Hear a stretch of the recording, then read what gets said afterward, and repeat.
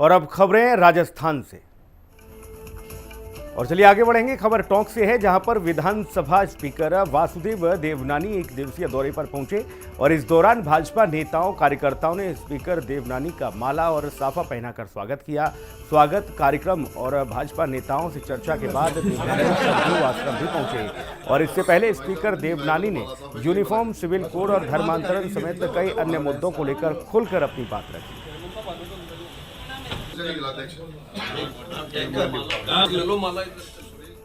टोंक जिले की निवाई कृषि मंडी के सचिव पद पर डॉक्टर कमल किशोर सोनी ने पदभार संभालने के बाद तुरंत एक्शन मोड में वो दिखाई दिए। मंडी परिसर में पहुंचे और कैनोपी लगाकर किसानों की समस्याओं को सुना और भारत सरकार द्वारा चलाई जा रही तमाम जो योजनाएं हैं उनकी विस्तार से जानकारी दी। आगे जाते समय कोई दुर्घटना हो गई आपके साथ, 2 लाख रुपए मंडी से मिली आपको। खबर जयपुर से है, जहां पर जेईएन भर्ती परीक्षा पेपर लीक का मामला सामने आया। आपको बता दें कि जयपुर, दौसा, भरतपुर में एसओजी ने छापेमार कार्रवाई की है। एडीजी वीके सिंह ने पीसी करके इसकी जानकारी दी। बड़ी तादाद में कागजात बरामद हुए हैं। जगदीश जयानी को गिरफ्तार किया गया है। जगदीश 3 सालों से फरार चल रहा था। एक अन्य आरोपी देश छोड़कर भाग निकला है। खबर डीडवाना से है, जहां पर जिले के नए एसपी राजेंद्र मीणा ने पदभार ग्रहण किया। उन्होंने मीडिया से बातचीत करते हुए कहा कि पुलिस मुख्यालय द्वारा निर्देशित आदेशों की 100% पालना जिले भर में पुलिस द्वारा कराई जाएगी। साथ ही साइबर अपराध की रोकथाम के लिए जिले में विशेष अभियान चलाकर आम जनों को साइबर अपराधों से बचाव के लिए जागरूक किया जाएगा। इस दौरान एसपी मीणा ने कहा कि जिले में संगठित अपराधों को रोकना हमारी पहली प्राथमिकता है।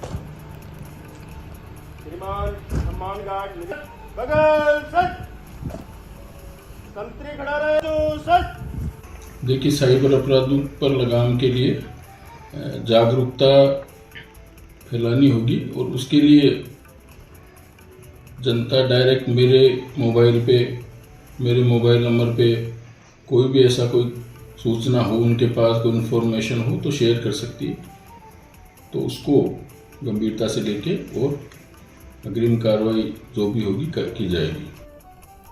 अलवर दिल्ली मुंबई एक्सप्रेसवे पर ड्राइवर को नींद आने से भैंसों को ले जा रही एक पिकअप ढाबे पर खड़े ट्रेलर में जा घुसी। हादसे में पिकअप सवार 3 लोगों की दर्दनाक मौत हो गई, जबकि एक घायल हो गया, जिसे अलवर भर्ती कराया गया अस्पताल में। टक्कर इतनी जोरदार थी कि पिकअप में पीछे बैठी मवेशी भी हाईवे पर आ गई। हादसे में 3 लोगों की जान चली गई।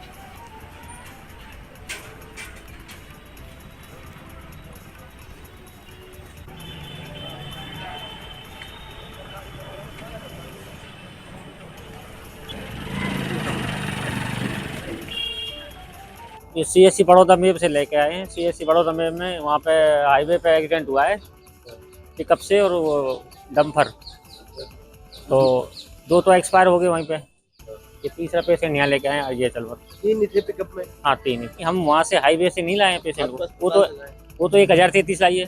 सीएससी गोविंदगढ़ से लाए हैं, बड़ौदा मेब से। कॉल आया, इन्फॉर्मेशन दी गई कि चेंजिंग नंबर 80+000 नूनपुर करमुला के पास लोकेशन है जिसकी, वहाँ पर एक एक्सीडेंट हुआ। मौके पर जाके देखा तो वहाँ पर एक कंटेनर था भैंसों का भरा हुआ। उन्होंने हिट किया एक ट्रेलर में। जो भैंसों का भरा हुआ कंटेनर था उसमें 4 लोग थे, चारों ही फंसे हुए थे। फंसे हुए लोगों को निकाला, सभी को लेकर सीएससी बड़ौदा में लाया गया, जिनमें एक को जाहिद पुत्र नूरू को अलवर रेफर कर दिया गया। बाकी 3 लोगों को फेटल बताया जा रहा है। खबर राजस्थान के अजमेर से है, जहां पर पॉक्सो कोर्ट संख्या 1 के न्यायाधीश बन्नालाल जाट ने नाबालिग से दुष्कर्म के मामले में फैसला सुनाते हुए आरोपी को 20 साल की सजा सुनाई। साथ ही करीब 59,000 रुपए का आर्थिक दंड भी दंडित किया गया।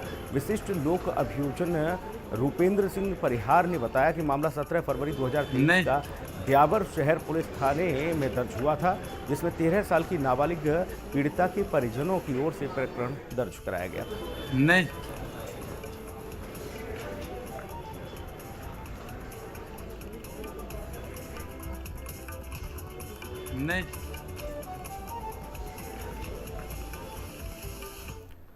उधर कांग्रेस के प्रदेश अध्यक्ष गोविंद सिंह डोटासरा ने राजस्थान सरकार और हरियाणा सरकार पर निशाना साधा और कहा कि जल समझौता एक छलावा है और कुछ नहीं है। वहीं बीजेपी की ओर से पलटवार किया गया। राज्यसभा सांसद घनश्याम तिवारी ने कहा कि जब गहलोत सरकार को हरियाणा से जल मांगना था तब तो मांगा नहीं, अब ये बड़ी बड़ी बातें कर रहे हैं। आरोप लगाना बहुत आसान होता है।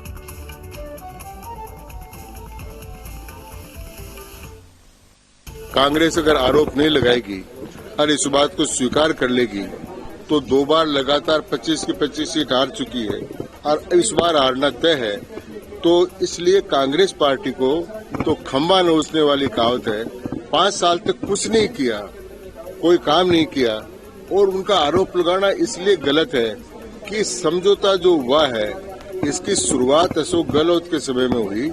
उसमें पानी का जिक्र नहीं था, उसमें केवल इतना ही जिक्र था कि टोटल पानी में से 0.6% पानी राजस्थान को मिलेगा।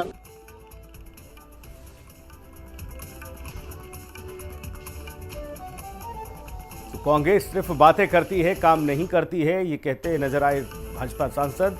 जल समझौते को लेकर बीजेपी कांग्रेस में लगातार रार देखने को मिली थी। उन्होंने कहा कि गहलोत सरकार जब थी राजस्थान में तब हरियाणा सरकार, चूंकि भाजपा की हरियाणा में सरकार थी और उनसे पानी को लेकर कभी भी जनता की भलाई और हित के लिए किसी भी तरह का राजस्थान में कोई भी समझौता राजस्थान सरकार यानी कि गहलोत सरकार ने उस दरमियान हरियाणा सरकार से नहीं किया था।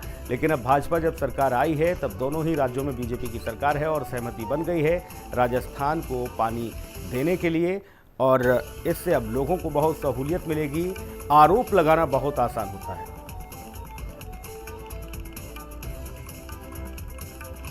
और इस बुलेटिन में इतना। नमस्कार।